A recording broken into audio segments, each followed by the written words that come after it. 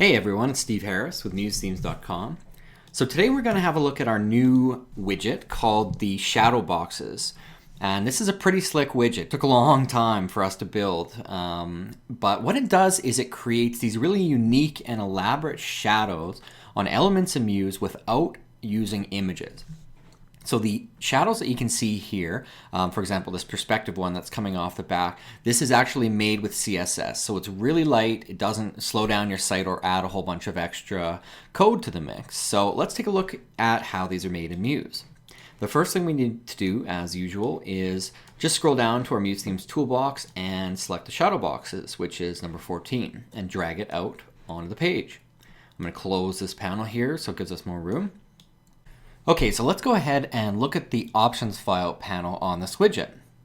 As you can see, it's pretty simple. There's only 3 options, and this first option is really important. It's called box name, and it says must be unique. What this means is that if you're going to create multiple instances of a box with these shadows, you need to give them all unique names, and I'll show you what I mean. So if we go ahead and preview this simple box first in the browser, you can see that it looks great. It has the custom shadow applied and there's nothing wrong with it.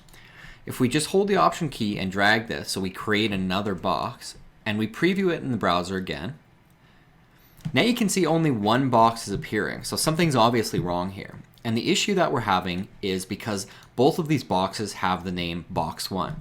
If we simply set the second box to box 2 and preview it in the browser again, you can see that we have no trouble. So just keep that in mind if you're going to use multiple instances of this.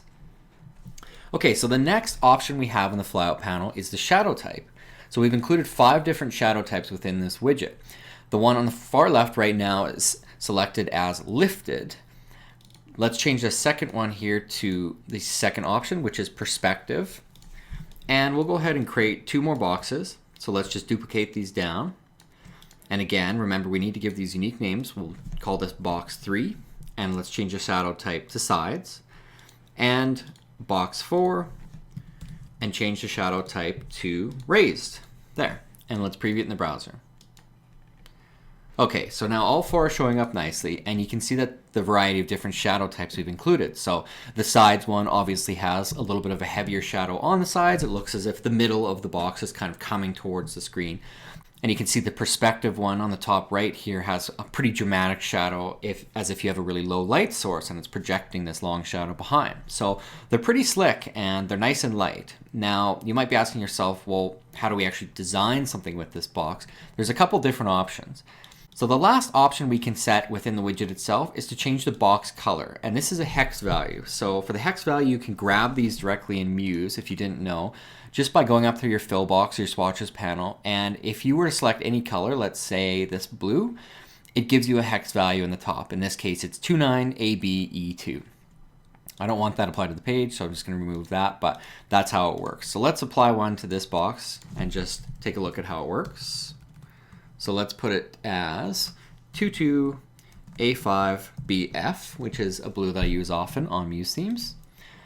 Okay, so let's preview that in the browser and see how it looks. So the box fills in solid, but you can see that there's actually a little bit of shading that comes on the inside of the box that gives it some of that depth and dimension. And although you can still subtly see it on this box, it's not as dramatic. So if you want to preserve a little bit more of that, one trick you can do is you can just click the rectangle tool and draw a new box over top. I'm going to set the fill on this to a blue again, but let's go ahead and bring down our transparency significantly. So if we bring this down to say 25 or 26 around there and preview it in the browser, now you can see that we've actually displayed, or we can see a little bit more of that inner glow to it, and that's obviously because the box on top is transparent. So that's how you'd use it if you're using colored boxes. Now the last thing you can do is you can use it for images. And to do that, I'd recommend you just place a simple image on the page. So I'll select this image of our Milo template. And let's just drag it and drop it anywhere. Now let's just bring it down over top of this box and scale it.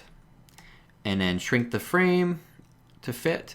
And there, now the image is sitting perfectly on top of the box. And if we preview that in the browser again, you can see it looks like we have the shadow applied to the image. Sometimes when you overlay elements like this, you can experience weird shifts if you have a ton of elements on the page and things are overlapping. So one thing you might try is if you just highlight both of these elements, right click and select group, it kind of creates it as one element in the code. And if you preview it in the browser, again, you can see the shadow still works fine, but those two elements are a little bit locked together. So that's it. I hope you enjoy this widget. It pretty much melted my brain making it. It was really difficult, but I think it came out nicely, and it's going to be a really slick widget that you can use to create some interesting stuff on your site. So good luck with it, and if you have any questions, let us know. Thanks again.